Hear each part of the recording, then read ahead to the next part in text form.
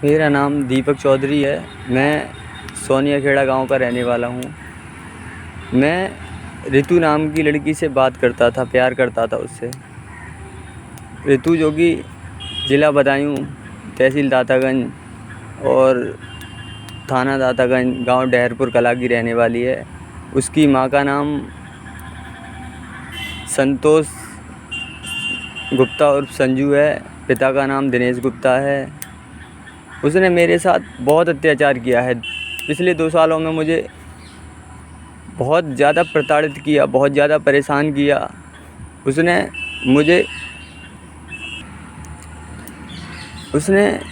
मुझे बहुत ज़्यादा परेशान किया था। लोगों से मतलब बात करना, ये योगेश नाम का लड़का था, इससे बात करती थी। मैंने कहा बाबू बात मत किया करो, देखो सही नहीं है, या मुझसे मत करो या उससे मत करो। नहीं, लड़ाइयाँ होती थी हमारे बीच में, फिर बात बंद हो गई। फिर बीच में सुमित आ गया था।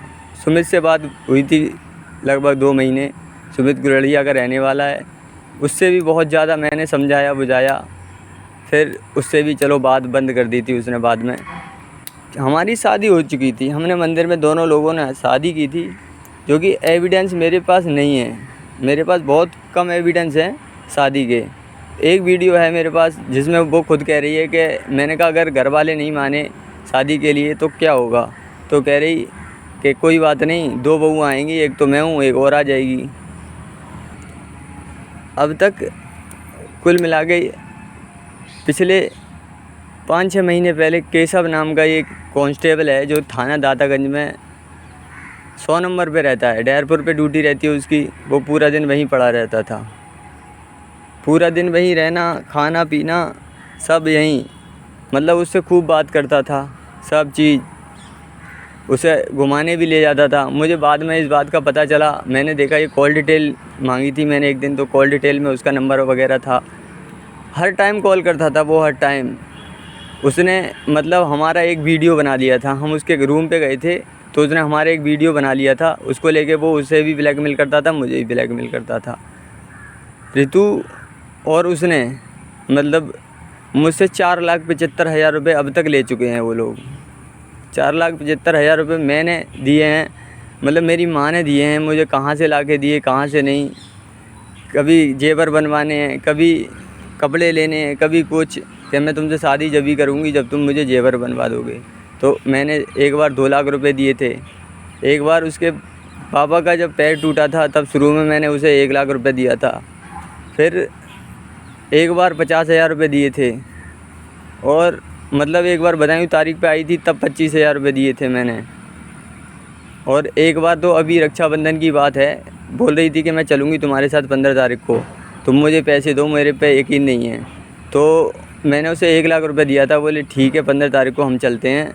मतलब शादी तो हमने कर ही ली है, घर वालों को हम आगे मना लेंगे, मगर उसमें कोई रिज़ल्ट नहीं निकला अब तक।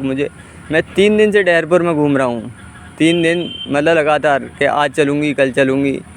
आज तो उसने बात करने को भी तैयार नहीं थी। उसने कहा तुम खा लो, मर जाओ, और मैं भी मर रही हूँ।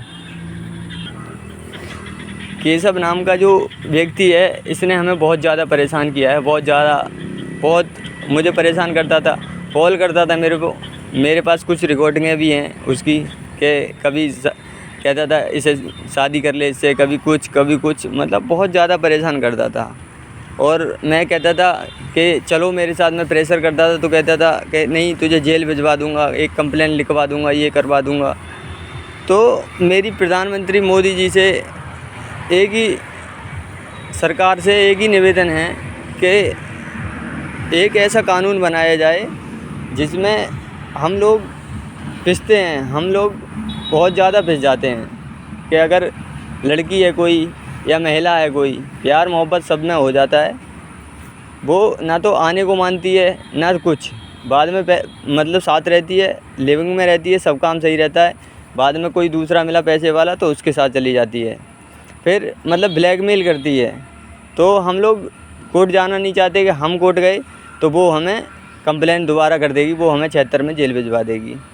जो कि मेरे ऊपर एक केस पहले से ही झूठा चल रहा है मुकदमा, और ये दूसरा लिखाने की बात करती थी। इसी को लेके मैं कहीं नहीं गया।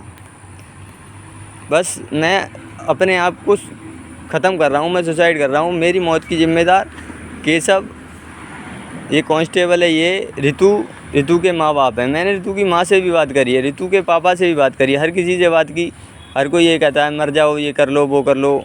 क्या कर लोगे हमारा, मर जाओगे तो? हम तो 1 महीने में ज़मानत हो जाएगी, हम तो 1 महीने बाद ज़मानत पे बाहर आ जाएंगे। 1 महीने पे ज़मानत आ जाए या 10 महीने में ज़मानत आ जाए, मगर मेरा यही कि वो है, इस केशव को और रितु को फांसी की सज़ा होनी चाहिए, तभी मेरी आत्मा को संतुष्टि मिलेगी।